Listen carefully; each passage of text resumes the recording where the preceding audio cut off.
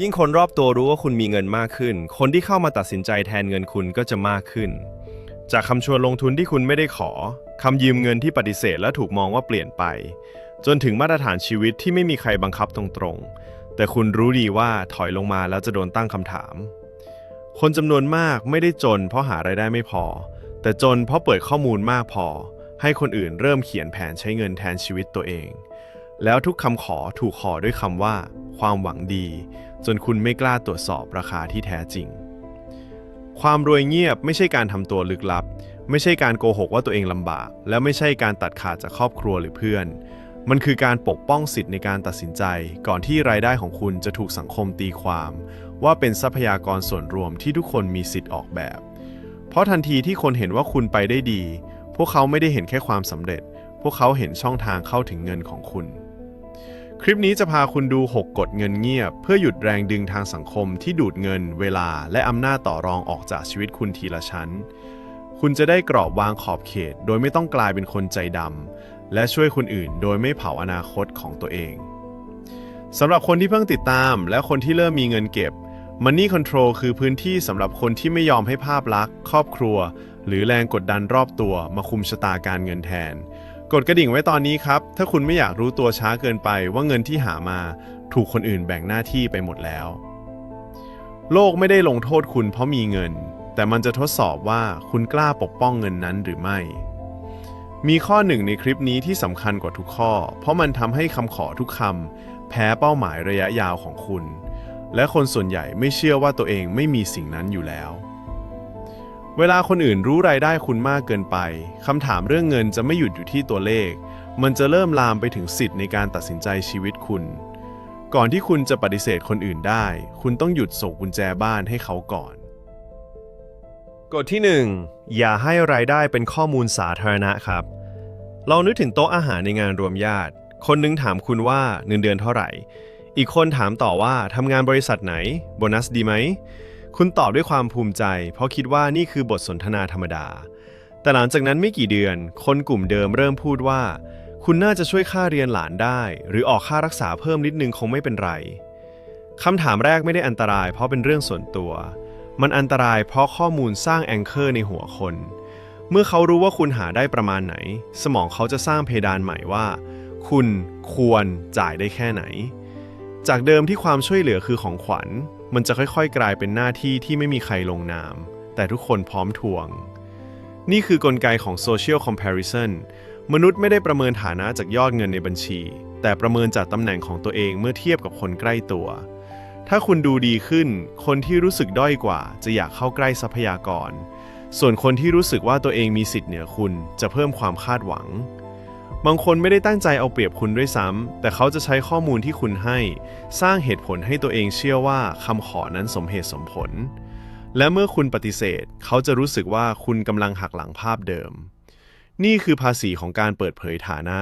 คุณไม่ได้จ่ายเป็นเงินทันทีแต่จ่ายเป็นแรงต้านทุกครั้งที่อยากเลือกอนาคตตัวเองคนมีฐานะจริงจำนวนมากจึงไม่ตอบคำถามเรื่องรายได้ตรงๆไม่ใช่เพราะกลัวคนรู้ว่ารวยแต่เพราะเข้าใจว่าข้อมูลการเงินคือข้อมูลเชิงอำนาจเหมือนบริษัทไม่เปิดต้นทุนทุกบาทให้คู่แข่งดูคุณก็ไม่จำเป็นต้องเปิด capacity ทางการเงินให้ทุกคนประเมินในที่ทำงานก็เหมือนกันคุณได้โบนัสก้อนหนึ่งแล้วซื้อของแพงทันทีอีกไม่กี่วันคนรอบตัวจะไม่ได้จำว่าคุณทำงานเก่งเขาจะจำว่าคุณมีเงินเหลือมากกว่าที่คิดจากนั้นคำชวนหารคำชวนลงทุนหรือคำฝากซื้อจะเริ่มวิ่งเข้ามาเพราะคนอ่านสัญญาณว่ากระเป๋าคุณยังเปิดอยู่อย่าเข้าใจผิดนะครับการรักษาความเป็นส่วนตัวไม่ใช่การทำให้ชีวิตดูแย่คุณไม่ต้องโกหกว่ามีหนี้ไม่ต้องแกล้งใช้ของพังและไม่ต้องทำตัวเย็นชาเมื่อคนถามด้วยเจตนาดีสิ่งที่ต้องทำคือเปลี่ยนจากการตอบตัวเลขเป็นการตอบกรอบแทนที่จะบอกว่าได้เงินเท่าไหร่ให้พูดว่าตอนนี้ผมจัดงบไว้ตามเป้าหมายระยะยาวแล้วแทนที่จะอธิบายว่ามีเงินเก็บเท่าไหร่ให้บอกว่าผมยังไม่สะดวกคุยรายละเอียดการเงินครับคำตอบสั้นที่ไม่เปิดตัวเลขคือกำแพงที่คนต่อรองยากที่สุดเพราะไม่มีช่องให้เขาเอาข้อมูลไปคำนวณต่อคุณไม่จำเป็นต้องชนะการซักถามคุณแค่ต้องไม่ส่งเชื้อเพลิงให้คำถามนั้นลุกลาม คนที่เคารพคุณจะเคารพขอบเขตนี้ส่วนคนที่โกรธเพราะคุณไม่เปิดเผยกำลังบอกคุณชัดเจนว่าเขาไม่ได้อยากรู้จักคุณเขาอยากประเมินว่าคุณใช้ประโยชน์ได้แค่ไหนและนี่เพิ่งเป็นประตูบานแรกเพราะเมื่อคนรู้ว่าคุณมีเงินสิ่งต่อไปที่พวกเขามักใช้กดดันคุณไม่ใช่ความจำเป็นของเขาแต่คือความรู้สึกผิดของคุณคุณอาจปิดข้อมูลได้แต่ถ้ายังแยกความรักออกจากภาระไม่เป็นเงินก็จะไหลออกอยู่ดีคนที่พูดว่าครอบครัวต้องช่วยกันอาจพูดถูกครับแต่ประโยคนี้จะกลายเป็นพิษทันทีเมื่อคำว่าช่วยกันหมายถึงคุณต้องแบกส่วนคนอื่นยังมีสิทธิ์ใช้ชีวิตแบบเดิมกฎที่ 2 แยกความกตัญญูออกจากภาระทำลายชีวิตครับมีลูกคนหนึ่งเริ่มทำงานเงินเดือนดีขึ้นพ่อแม่ภูมิใจญาติชื่นชมเพื่อนบอกว่าเก่งจากนั้นเขาถูกขอให้รับผิดชอบค่าใช้จ่ายเพิ่มทีละอย่างค่าโทรศัพท์ค่างวดรถค่ารักษาค่าหลานค่าใช้จ่ายฉุกเฉินทุกยอดฟังดูมีเหตุผลแยกกันแต่เมื่อรวมกันแล้วแผนสร้างชีวิตของเขาหายไปทั้งแผนคนส่วนใหญ่มองเรื่องนี้ด้วยศีลธรรมจึงถามแค่ว่าคุณกตัญญูพอไหมแต่คำถามเชิงกลยุทธ์ที่ถูกต้องคือความช่วยเหลือนี้ทำให้ระบบของครอบครัวแข็งแรงขึ้นหรือมันกำลังทำให้ทุกคนเสพติดการมีคุณเป็นเบาะรองรับถ้าคุณจ่ายทุกครั้งโดยไม่มีกรอบคุณไม่ได้แก้ปัญหาการเงินของครอบครัวคุณกำลังสอนระบบว่าเมื่อใดก็ตามที่เกิดช่องโหว่ให้ส่งบินมาที่คนที่รับผิดชอบที่สุดนี่คือ reinforcement loop ยิ่งคุณรับภาระแบบไร้เงื่อนไขคนอื่นยิ่งไม่มีแรงกดดันให้เปลี่ยนพฤติกรรมความกตัญญูที่ดีต้องเพิ่มศักดิ์ศรีไม่ใช่ลดศักยภาพของผู้ให้จนหมดแรงถ้าคุณช่วยพ่อแม่เรื่องค่ารักษานั่นอาจเป็นความรับผิดชอบที่มีความหมายแต่ถ้าคุณจ่ายหนี้บัตรเครดิตของญาติซ้ำๆโดยเขายังใช้เงินแบบเดิมนั่นไม่ใช่การช่วยมันคือการต่ออายุปัญหาลองมองเหมือนหมอในห้องฉุกเฉินหมอไม่ได้ให้ยาเพราะคนไข้ร้องขอมากที่สุดหมอต้องวินิจฉัยก่อนว่าอะไรหยุดเลือดอะไรแค่ลดอาการและอะไรทำให้โรคหนักกว่าเดิมเงินที่คุณช่วยครอบครัวก็ต้องมีการวินิจฉัยแบบนั้นไม่ใช่แจกตามระดับเสียงของคนที่โทรมากติกาที่ใช้ได้จริงมี3ชั้นแรกคือกำหนดวงเงินช่วยเหลือรายเดือนเป็นจำนวนที่ไม่ทำลายเงินออมเงินลงทุนและค่าใช้ชีวิตของคุณชั้นที่2แยกเหตุฉุกเฉินจริงออกจากความผิดพลาดซ้ำอุบัติเหตุหรือค่ารักษาอาจต้องตัดสินใจเร็วแต่หนี้ที่เกิดจากการใช้จ่ายเดิมต้องมีเงื่อนไขเสมอชั้นที่3คือช่วยแบบทำให้คนรับมีส่วนรับผิดชอบถ้าจะช่วยหนี้ให้ช่วยหลังเห็นแผนปิดหนี้ถ้าจะช่วยค่าเรียนให้จ่ายตรงกับสถานศึกษาถ้าจะช่วยค่ารักษาให้จ่ายตรงกับโรงพยาบาลการส่งเงินเข้ามือโดยไม่มีเงื่อนไขอาจเร็วที่สุดแต่การช่วยให้เกิดระบบคือสิ่งที่ยุติธรรมกว่าในระยะยาวคนที่ไม่เคยวางขอบเขตมักกลัวว่าพอเริ่มปฏิเสธแล้วครอบครัวจะมองว่าเนรคุณความจริงก็คือบางคนจะไม่พอใจแน่นอนเพราะคุณกำลังหยุดบทบาทเดิมบทบาทที่ทำให้เขาได้ประโยชน์โดยไม่ต้องปรับอะไรอย่าพยายามชนะด้วยคำอธิบายยาวๆยิ่งคุณอธิบายมากคนที่อยากต่อรองจะยิ่งเห็นช่องให้ใช้ประโยคที่ชัดและมีทางเลือกเช่นเดือนนี้ผมช่วยได้ตามงบนี้ครับหรือผมช่วยเรื่องนี้ได้แต่เรื่องนั้นต้องให้เจ้าตัวจัดการเองน้ำเสียงนิ่งสำคัญกว่าการหาเหตุผลที่ทุกคนพอใจเพราะไม่มีเหตุผลไหนชนะคนที่อยากให้คุณรู้สึกผิดลองถามตัวเองตรงๆครับใน12 เดือนที่ผ่านมาเงินที่คุณช่วยไปทำให้ปัญหาของใครจบลงจริงกี่เรื่องและมีเรื่องไหนที่กลับมาเก็บเงินจากคุณด้วยรูปแบบเดิมถ้าคำตอบทำให้คุณอึดอัดนั่นไม่ได้แปลว่าคุณเป็นคนแย่มันแปลว่าคุณเริ่มเห็นรอยรั่วที่เคยถูกเรียกว่าความรักและการเห็นรอยรั่วคือจุดเริ่มต้นของการซ่อมระบบแต่ถึงคุณจะช่วยอย่างมีขอบเขตแล้วยังมีอีกแรงกดดันหนึ่งที่ดูเงียบกว่ามันไม่ได้มาขอเงินจากคุณตรงๆมันทำให้คุณต้องจ่ายเพื่อพิสูจน์ว่าคุณยังอยู่ในกลุ่มเดิมนั่นคือกับดักที่ทำให้รายได้สูงขึ้นแต่เงินเก็บไม่เคยโตตามบางคนไม่ได้ถูกดูดเงินด้วยคำยืมเขาถูกดูดด้วยสายตาคนอื่นกลุ่มเพื่อนไม่ต้องพูดว่าคุณต้องซื้อรถแค่ทุกคนขับรถระดับเดียวกันสมองคุณก็เริ่มรู้สึกว่าของเดิมต่ำกว่ามาตรฐานกฎที่ 3 ลดสัญญาณสถานะที่บังคับให้จ่ายซ้ำครับลองดูคนทำงานคนหนึ่งที่เพิ่งได้ตำแหน่งใหม่เขาซื้อรถคันใหม่เพื่อให้ภาพลักษณ์สมกับตำแหน่งซื้อโทรศัพท์รุ่นล่าสุดเพื่อคุยกับลูกค้าเริ่มกินร้านแพงขึ้นเพราะกลัวถูกมองว่าไม่ถึงระดับปัญหาไม่ใช่ของแต่ละชิ้นแต่คือทุกชิ้นกำลังส่งสัญญาณเดียวกันว่าเขาต้องรักษาภาพนี้ต่อไป สัญญาณสถานะมีต้นทุน 2 ชั้น ชั้นแรกคือราคาที่คุณจ่ายวันนี้ ชั้นที่ 2 คือค่าใช้จ่ายที่ตามมา เพื่อไม่ให้ภาพนั้นพัง รถที่แพงขึ้นมาพร้อมประกัน ค่าดูแล ค่างวด และแรงกดดันให้รายได้สูงขึ้น ไลฟ์สไตล์ที่แพงขึ้นมาพร้อมวงสังคมที่ทำให้คุณปฏิเสธยากขึ้น นี่คือ hedonic adaptation สมองจะปรับตัวกับของใหม่เร็วมาก สิ่งที่เคยรู้สึกพิเศษจะกลายเป็นระดับปกติ แล้วระดับปกติใหม่จะเรียกร้องค่าใช้จ่ายใหม่ เหมือนคนขึ้นบันไดเลื่อนที่วิ่งลงตลอดเวลา คุณต้องเดินเร็วขึ้นเรื่อยๆ แค่เพื่อยืนอยู่ที่เดิมในสายตาคนอื่น ความจริงที่โหดคือ คนที่เห็นคุณใช้ของแพงไม่ได้จำรายละเอียดได้นาน แต่คุณต้องจ่ายค่าใช้จ่ายนั้นทุกเดือน คนอื่นได้โดพามีนจากการมองภาพลักษณ์คุณไม่กี่วินาที คุณได้ภาระผูกกับรายรับในอนาคตหลายปี ในกลุ่มเพื่อนที่ชอบเปรียบเทียบรถ คนหนึ่งอาจผ่อน72 งวดเพื่อไม่ให้ดูด้อยกว่า อีกคนอาจมีเงินเก็บพอซื้อได้แต่เลือกใช้รถธรรมดา และเอาเงินส่วนต่างไปซื้อเวลา อิสรภาพหรือสินทรัพย์ ภายนอกคนแรกดูชนะ แต่ในวันที่รายได้สะดุด คนที่มีสภาพคล่องต่างหากที่ยังเลือกทางเดินได้ อย่าสับสนระหว่างการให้รางวัลตัวเองกับการสร้างเครื่องแบบราคาแพง ของบางอย่างมีคุณค่าใช้งานจริงและคุณจ่ายได้ไม่มีปัญหาครับ แต่ก่อนซื้อให้ถามว่าถ้าไม่มีใครเห็นสิ่งนี้คุณยังอยากจ่ายเงินเท่าเดิมหรือไม่คำถามนี้ตัดผ่าน rationalization ได้ดีมากเพราะคนเรามักหาเหตุผลให้ความอยากดูฉลาดบอกว่าซื้อเพื่อ network บอกว่าซื้อเพื่อความน่าเชื่อถือบอกว่าซื้อเพราะทำงานหนักมาเยอะแต่บางครั้งคำตอบที่ตรงที่สุดคือเรากำลังซื้อการยอมรับจากคนที่ไม่ได้ช่วยสร้างอนาคตเราเลยกฎปฏิบัติคือสร้างดีเลย์ก่อนซื้อของสถานะของที่เกินงบปกติให้รออย่างน้อย30 วัน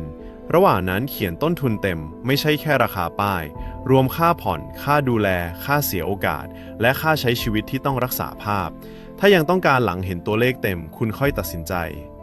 อีกกฎหนึ่งคือแยกพื้นที่ใช้ชีวิตออกจากพื้นที่ส่งสัญญาณคุณอาจแต่งตัวดีในงานที่จำเป็นแต่ไม่ต้องยกระดับทุกวันในชีวิตให้กลายเป็นเวทีคุณอาจมีของคุณภาพดีแต่ไม่จำเป็นต้องโพสต์ทุกครั้งที่ซื้อหรือทำให้คนอื่นรู้ทุกครั้งที่ได้มาความเงียบตรงนี้ไม่ได้ลดคุณค่ามันลดคนที่เข้ามาตั้งราคาชีวิตคุณคนรวยเงียบไม่ได้แพ้คนที่โชว์เขาแค่ไม่ยอมให้คนอื่นกำหนดค่าใช้จ่ายประจำจากภาพลักษณ์ชั่วคราวเขาเลือกให้ฐานะปรากฏในทางเลือกที่มีไม่ใช่ในสิ่งของที่ต้องคอยอธิบายว่ามีเราใกล้ถึงข้อที่ผมปักหมุดไว้ตั้งแต่ต้นแล้วเพราะต่อให้คุณไม่บอกรายได้ต่อให้คุณช่วยครอบครัวอย่างมีระบบและต่อให้คุณหยุดแข่งสถานะได้คนที่อยากได้ทรัพยากรจากคุณยังมีอาวุธสุดท้ายอยู่อาวุธนั้นคือการทำให้คุณพูดว่าเดี๋ยวผมคิดดูก่อนแล้วใช้ช่องว่างนั้นต่อรองกับเงินของคุณจนคุณยอมเองคนที่คุมเงินได้จริงจึงไม่ได้แค่เก็บเงินเงียบเขาต้องคุมประโยคที่ออกจากปากตัวเองให้เป็นด้วยความเงียบที่ไม่มีขอบเขตไม่ใช่ความสุภาพมันคือคำเชิญให้คนอื่นเข้ามาต่อรองชีวิตคุณบางคนไม่ยืมเงินด้วยคำขู่เขายืมด้วยเรื่องเล่าความจำเป็นและบุญคุณแล้วปล่อยให้คุณเป็นคนรู้สึกผิดแทนถ้าคุณอธิบายมากเกินไปคุณกำลังเปิดข้อมูลให้เขาหาทางเจาะต่อกฎที่ 4 ปฏิเสธโดยไม่เปิดช่องต่อรองกับเงินของคุณครับลองนึกถึงฉากที่เกิดขึ้นบ่อยมากญาติทักมาว่าเงินขาดมือขอยืมก่อนสิ้นเดือนเพื่อนโทรมาบอกว่าเจอโอกาสลงทุนดีมากหัวหน้าชวนลงขันกับโปรเจกต์ที่ไม่มีรายละเอียดชัดเจนคนส่วนใหญ่ไม่ได้ตอบว่าไม่ทันทีเพราะกลัวดูใจดำจึงตอบว่าเดี๋ยวขอดูก่อนหรือช่วงนี้ผมก็มีภาระเหมือนกันฟังดูสุภาพแต่ประโยคแบบนี้มีปัญหามันไม่ได้ปิดประตูมันเปิดหน้าต่างอีกฝ่ายจะเริ่มถามต่อว่าภาระอะไรแล้วเดือนหน้าพอไหมถ้าลดจำนวนลงได้หรือเปล่าถ้าให้แค่บางส่วนล่ะเงินของคุณจึงถูกเปลี่ยนจากทรัพยากรส่วนตัวเป็นโต๊ะเจรจาที่คนอื่นมีสิทธิ์นั่งร่วมด้วยกลไกนี้เรียกว่า foot in the door เมื่อคุณยอมคุยในเงื่อนไขเล็กๆสมองของอีกฝ่ายจะตีความว่าโอกาสยังมีเขาจะไม่หยุดที่คำขอแรกแต่จะปรับคำขอให้คุณปฏิเสธยากกว่าเดิมและสมองของคุณเองก็จะโดน consistency bias กดไว้เพราะเมื่อเริ่มแสดงความเห็นใจแล้วคุณจะรู้สึกว่าการถอยกลับมาดูแข็งกระด้างนี่ไม่ใช่เรื่องคนอื่นร้ายเสมอไปหลายคนกำลังลำบากจริงแต่ความลำบากของเขาไม่ได้ทำให้แผนการเงินของคุณหายไปถ้าคุณมีเงินสำรอง6 เดือนแต่เอาไปอุ้มทุกวิกฤตของคนรอบตัวเงินสำรองนั้นไม่ได้เป็นเงินสำรองแล้วมันกลายเป็นกองทุนฉุกเฉินของทุกคนยกเว้นคุณ ในออฟฟิศผมเคยเห็นคนหนึ่งได้เงินโบนัสก้อนแรกเขาเล่าในวงข้าวกลางวันด้วยความภูมิใจไม่กี่วันหลังจากนั้นมีคนมาชวนลงทุนมีคนชวนเป็นคนค้ำและมีคนพูดว่ารายได้คุณดีช่วยออกก่อนก็ได้ไม่มีใครบังคับเขาตรงๆแต่ทุกประโยคทำให้การปฏิเสธดูเหมือนเป็นการไม่รักษาน้ำใจสุดท้ายเขารับภาระเกินตัวไม่ใช่เพราะเขาไม่มีวินัยแต่เพราะเขาไม่มีภาษาที่ปกป้องวินัยเงินไม่ได้รั่วเพราะคนคนเดียวมันรั่วจากคำตอบเล็กๆที่พูดเพื่อหนีความอึดอัดในแต่ละวันคนที่คุมเกมไม่ใช้คำปฏิเสธแบบแข็งกระด้างแต่ใช้ประโยคที่ไม่ให้ข้อมูลเพิ่มเช่นผมไม่ได้เปิดวงเงินให้ยืมครับหรือเงินก้อนนี้ถูกจัดหน้าที่ไว้แล้วหรือผมไม่ตัดสินใจเรื่องเงินผ่านแชทประโยคเหล่านี้ไม่โจมตีใครแต่มันชัดว่าเส้นอยู่ตรงไหนจุดสำคัญคืออย่าอธิบายยาวเพื่อซื้อความเข้าใจเพราะคนที่ต้องการต่อรองจะเอาคำอธิบายของคุณไปสร้างข้อเสนอใหม่ทันทีถ้าเป็นครอบครัวให้แยกการช่วยเหลือออกจากการเปิดเครดิตคุณช่วยได้ในรูปแบบที่ควบคุมได้เช่นจ่ายค่ารักษาโดยตรงซื้อของจำเป็นหรือกำหนดงบช่วยเหลือต่อเดือนแต่ไม่ส่งเงินสดทุกครั้งที่มีเรื่องด่วนเพราะเงินสดที่ไม่มีเงื่อนไขมักไม่แก้ต้นเหตุมันแค่เลื่อนวิกฤตไปให้คุณรับในรอบหน้าการปฏิเสธที่ดีไม่จำเป็นต้องมีอารมณ์มันต้องมีระบบเมื่อคนรู้ว่าคุณมีหลักเกณฑ์เขาจะหยุดคาดหวังการยกเว้นและเมื่อคุณทำตามหลักเกณฑ์เดิมซ้ำๆความสัมพันธ์จะเริ่มปรับตัวตามขอบเขตใหม่ของคุณเองถ้าคุณรู้สึกผิดทุกครั้งที่ต้องพูดว่าไม่ลองตอบตัวเองให้ตรงครับคุณกำลังช่วยเขาเพราะเลือกช่วยหรือกำลังจ่ายเงินเพื่อซื้อสิทธิ์ในการไม่ถูกมองว่าเป็นคนไม่ดีคำตอบนั้นสำคัญเพราะคนที่ยอมทุกคำขอเพื่อรักษาภาพคนดีสุดท้ายมักไม่มีแรงเหลือพอช่วยใครในวันที่เรื่องใหญ่จริงมาถึงแต่การพูดว่าไม่ยังไม่พอเพราะต่อให้ไม่มีใครต่อรองคุณได้เงินที่ไม่มีหน้าที่ชัดเจนก็ยังถูกดึงไปตามเสียงที่ดังที่สุดและเสียงที่ดังที่สุดมักไม่ใช่เป้าหมายระยะยาวของคุณอาจปฏิเสธคำขอจากคนอื่นได้แต่คุณปฏิเสธความอยากของตัวเองได้หรือไม่เพราะเงินก้อนที่นอนนิ่งอยู่ในบัญชีมักดูเหมือนพร้อมใช้สำหรับทุกเรื่องทั้งที่มันควรทำงานให้อนาคตคุณอยู่แล้วกฎที่ 5 ให้เงินทุกก้อนมีหน้าที่ก่อนมีผู้ขอใช้ครับภาพที่อันตรายที่สุดไม่ใช่บัญชีที่มีเงินน้อยแต่คือบัญชีที่มีเงินก้อนหนึ่งแล้วเจ้าของไม่รู้ว่ามันมีไว้เพื่ออะไรเงินแบบนั้นเหมือนน้ำที่ขังอยู่บนพื้นลาดใครเปิดประตูเข้ามาแรงกว่าน้ำก็ไหลไปทางนั้นวันนี้เป็นค่าใช้จ่ายครอบครัวพรุ่งนี้เป็นโทรศัพท์ใหม่อาทิตย์หน้าเป็นการลงทุนตามเพื่อนสมองมนุษย์มี mental accounting อยู่แล้วเราชอบตีป้ายเงินในหัวว่าเงินเดือนเงินโบนัสเงินพิเศษปัญหาคือคนส่วนใหญ่ตีป้ายตามแหล่งที่มาไม่ใช่ตามภารกิจที่เงินต้องทำโบนัสจึงกลายเป็นเงินรางวัลเงินคืนภาษีกลายเป็นเงินเที่ยวและเงินเก็บกลายเป็นเงินที่ใครก็เสนอเหตุผลมาดึงไปได้คนที่รวยเงียบตีป้ายต่างออกไปเขาไม่ได้ถามว่าเงินก้อนนี้มาจากไหนเขาถามว่าถ้าเงินก้อนนี้หายไปเป้าหมายไหนของชีวิตจะพังเงินก้อนหนึ่งอาจเป็นค่าใช้ชีวิต6เดือนอีกก้อนเป็นทุนต่อยอดงานอีกก้อนเป็นเงินดูแลพ่อแม่เมื่อมีหน้าที่ชัดเงินก้อนนั้นจะไม่ดูว่างอีกต่อไปในครอบครัวไทยปัญหานี้เห็นชัดมากลูกคนหนึ่งเริ่มมีรายได้ดีทุกคนมองว่าเขาพอมีคำนี้ฟังเหมือนคำชมแต่บางครั้งคือใบอนุญาตให้ทุกคนวางค่าใช้จ่ายไว้บนไหล่เขาทั้งที่ไม่มีใครเคยถามว่าเขากำลังเก็บเงินเพื่อออกจากหนี้เพื่อย้ายงานหรือเพื่อสร้างความมั่นคงของตัวเองหรือไม่ความกตัญญูไม่ใช่การปล่อยให้เงินทุกบาทถูกใช้ตามอารมณ์ของคนในบ้านความกตัญญูที่มีวุฒิภาวะคือการช่วยแบบไม่ทำลายคนช่วยและไม่สร้างความเคยชินให้คนรับถ้าคุณใช้เงินก้อนเดียวแก้ทุกปัญหาคุณกำลังสอนทุกคนว่าปัญหาของเขามีทางออกชื่อคุณ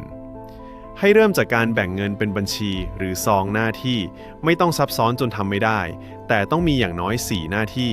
ค่าใช้ชีวิตเงินสำรองเป้าหมายระยะยาวและงบช่วยเหลือเมื่อเงินช่วยเหลือหมดคุณยังมีสิทธิ์ช่วยด้วยเวลาข้อมูลหรือการหาทางเลือกแต่ไม่ต้องเอาเงินสำรองไปเผาเพื่อรักษาความรู้สึกชั่วคราวการตั้งงบช่วยเหลือไม่ใช่การตีราคาความรักมันคือการกันไม่ให้ความรักถูกใช้เป็นเครื่องมือดูดทรัพยากร ลองดูเจ้าของกิจการที่อยู่รอดได้นานเขาไม่เอาเงินบริษัทไปรวมกับเงินส่วนตัวเพราะรู้ว่าพอเส้นแบ่งหายการตัดสินใจทุกอย่างจะมั่วกำไรจะดูเหมือนเงินใช้ได้ทั้งที่มันต้องเป็นเงินจ่ายพนักงานซื้อวัตถุดิบและรับแรงกระแทกชีวิตส่วนตัวก็เหมือนกันเงินเก็บที่ไร้หน้าที่จะถูกใช้เหมือนกำไร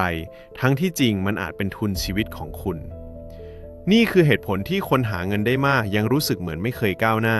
ไม่ใช่เพราะรายได้น้อยเสมอไปแต่เพราะเงินทุกก้อนถูกเรียกตัวไปทำงานก่อนที่เจ้าของจะมอบหมายภารกิจให้มันเองยิ่งรายได้เพิ่มคนรอบตัวและความอยากของตัวเองยิ่งมีเหตุผลใหม่มารอรับเงินนั้นวิธีใช้จริงคือทำรายการห้ามแตะเขียนไว้ชัดว่าเงินก้อนไหนห้ามใช้กับอะไร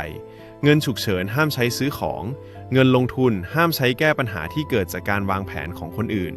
เงินช่วยเหลือห้ามเกินเพดานที่คุณตั้งและถ้าจะย้ายเงินข้ามหน้าที่ต้องรอ 24 ชั่วโมงก่อนเสมอ 24 ชั่วโมงนี้ไม่ได้ทำให้ปัญหาทุกอย่างหายแต่มันตัดวงจร emotional spending ตอนที่ความสงสารความกลัวเสียหน้าหรือความตื่นเต้นกำลังแย่งพวงมาลัยจากเหตุผลของคุณคนที่รอได้1 วันมักเห็นทางเลือกที่คนรีบไม่เคยเห็นคนส่วนใหญ่คิดว่าเงินทำให้มีอิสระความจริงคือเงินที่ไม่มีหน้าที่ทำให้คนอื่นมีอิสระจะใช้ชีวิตผ่านคุณส่วนเงินที่มีภารกิจชัดกำลังค่อยๆซื้ออำนาจตัดสินใจคืนมาให้คุณอย่าให้คำขอเร่งด่วนชนะเป้าหมายที่สำคัญเพียงเพราะเป้าหมายของคุณพูดไม่ดังพอตอนนี้ลองมองเงินก้อนที่คุณมีอยู่ครับมีเงินก้อนไหนที่คุณเรียกว่าเหลือถ้ามีคำนั้นอาจเป็นช่องโหว่เพราะเงินที่คุณคิดว่าเหลือคนอื่นมักคิดว่าคุณพร้อมเสียมันไปแต่ต่อให้เงินมีหน้าที่ชัดคุณยังแพ้ได้ถ้าเงินทั้งหมดถูกล็อกไว้วันที่วิกฤตมาคนมีทรัพย์สินแต่ไม่มีเงินพร้อมใช้อาจต้องก้มหัวให้คนที่มีอำนาจเหนือเขาและนั่นคือกับดักสุดท้ายที่คนชอบโชว์ฐานะมองไม่เห็นบ้านรถนาฬิกาหรือพอร์ตลงทุนอาจทำให้คุณดูมีฐานะแต่ไม่มีสิ่งใดช่วยคุณได้ทันทีถ้าคุณต้องตัดสินใจภายใต้แรงกดดันอำนาจที่แท้จริงมักมาในรูปของสิ่งที่คนอื่นไม่เห็นกฎที่ 6 รักษาสภาพคล่องไว้เป็นอำนาจต่อรองไม่ใช่เครื่องมือโชว์ความพร้อมครับลองนึกถึงคน2 คนที่รายได้ใกล้กันคนแรกมีรถราคาแพงบ้านแต่งเต็มและของที่คนเห็นแล้วรู้ว่าเขาไปได้ดีอีกคนใช้ชีวิตเรียบกว่ามีเงินสำรองและไม่มีหนี้ก้อนที่บีบคอวันที่บริษัทประกาศลดคนทั้งคู่ไม่ได้เริ่มจากจุดเดียวกันคนแรกต้องรีบหางานไม่ว่าเงื่อนไขจะเอาเปรียบแค่ไหนเพราะรายจ่ายของเขารอไม่ได้ส่วนคนที่2อาจยังเครียดเหมือนกันแต่เขามีเวลาเลือกงานต่อรองเงินเดือนหรือปฏิเสธข้อเสนอที่ทำลายชีวิตนี่คือ liquidity ไม่ใช่คำหรูของนักลงทุนแต่มันคือระยะเวลาที่คุณซื้อไว้เพื่อไม่ต้องตัดสินใจตอนหลังชนกำแพงคนส่วนใหญ่เข้าใจสภาพคล่องผิดคิดว่าต้องมีเงินสดเยอะเพื่อดูพร้อมจึงถ่ายรูปยอดบัญชีซื้อของแพงแบบจ่ายสดหรือพูดว่าไม่เคยมีหนี้พฤติกรรมแบบนี้สร้างสถานะแต่ไม่ได้สร้างอำนาจเพราะอำนาจไม่ได้อยู่ที่คนอื่นคิดว่าคุณมีเท่าไหร่มันอยู่ที่คุณอยู่รอดได้นานแค่ไหนหากรายได้หายไป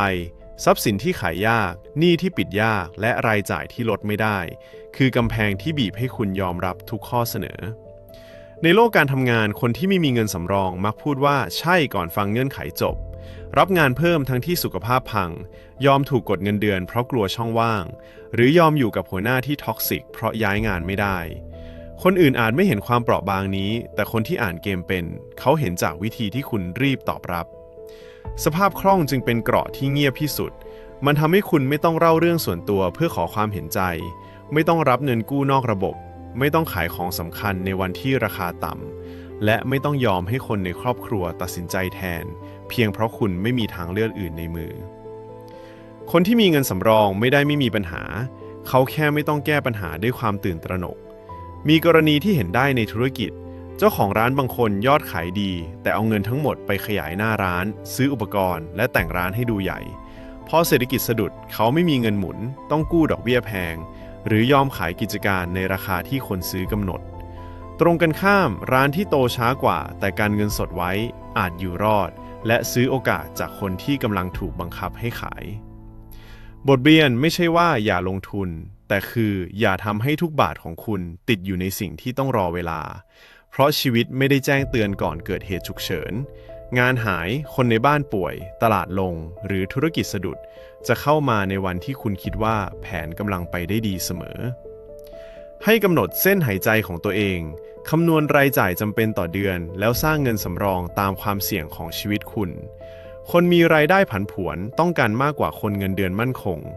คนที่มีผู้สูงอายุหรือภาระครอบครัวต้องการมากกว่าคนที่ดูแลแค่ตัวเองอย่าก๊อปตัวเลขของคนอื่นเพราะความเสี่ยงของคุณไม่ได้มีหน้าตาเหมือนเขาอีกเรื่องที่ต้องระวังคืออย่าเอาสภาพคล่องทั้งหมดไปเป็นคนแบก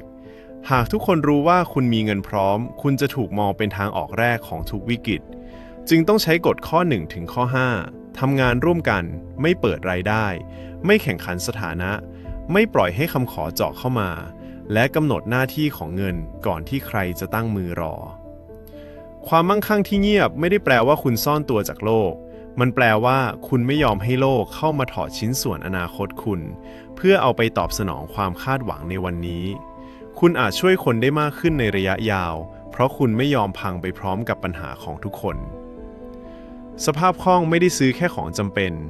มันซื้อสิทธิ์ในการพูดว่าผมยังไม่ต้องตัดสินใจตอนนี้และนี่คือ Final Review ที่คนส่วนใหญ่มองข้ามคนที่ดูรวยที่สุดในห้องอาจเป็นคนที่มีอำนาจต่อรองน้อยที่สุดถ้าทุกเดือนเขาต้องหาเงินมาเลี้ยงภาพเดิมแต่คนที่ดูธรรมดาอาจกำลังถืออิสระเพราะไม่มีใครรู้ว่าเขามีทางเลือกมากแค่ไหนคุณเพิ่งเห็นราคาของการทำให้คนอื่นรู้ว่าคุณมีเงินมันไม่ใช่แค่คนมาขอยืมแต่มันคือความคาดหวังที่ค่อยๆเปลี่ยนรายได้ของคุณให้กลายเป็นทรัพยากรที่ทุกคนคิดว่ามีสิทธิ์แตะยิ่งคุณใช้เงินเพื่อพิสูจน์ตัวเองมากเท่าไหร่คุณยิ่งต้องใช้ชีวิตเพื่อรักษาภาพนั้นนานขึ้นเท่านั้น